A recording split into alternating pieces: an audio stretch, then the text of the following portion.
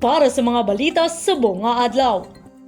DOH-6 nagpanugyan sa mga fur parents nga tatapon ang ila pets. Nagpahanumdom ang Department of Health 6 sa mga may alaga nga pets bangod hindi lamang ang tawo ang nagkakaapektuhan sang matunog nga firecrackers kundi pati na ang pets parihos sang idu kag kuring. Suno kay Nurse Rodney Gonzalez, Health Education Promotion Officer 2, Head of Communications Management Unit sa DOH-6. Tatapon gid ang pets, ilog sang pagtatap sang tawo para hindi malukpan ukon mapilasan sa pagsaulog naton sang bag-ong tuig. Ari ang pila ka mga do's and don'ts para sa pet-friendly celebration suno sa DOH. Bring your dog indoors during fireworks displays. Create a secure environment that mitigates the risk of them running away in fear. Utilize a crate if your dog is crate trained or designate a quiet room with familiar items to provide a comforting atmosphere. Explore the use of calming wraps, vests, or shirts which apply gentle pressure and have been known to alleviate stress in many dogs.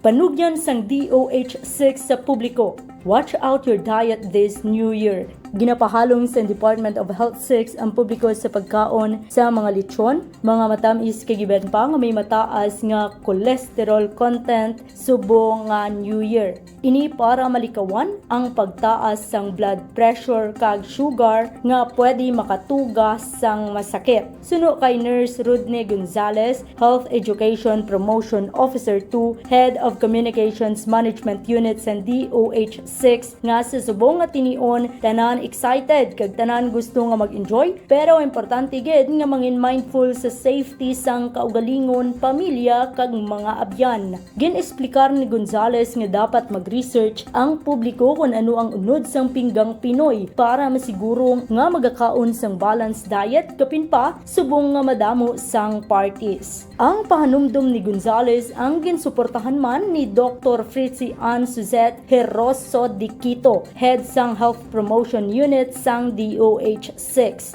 Suno kay Heroso de Quito nga kuntani mag-focus man ang publiko sa health behavior bilang parte sang selebrasyon paagi sa pagiging mindful sang healthy handaan kag healthy celebration. Para sa Panay Balita, ini si Jen Baylon, ang inyo ka-PN.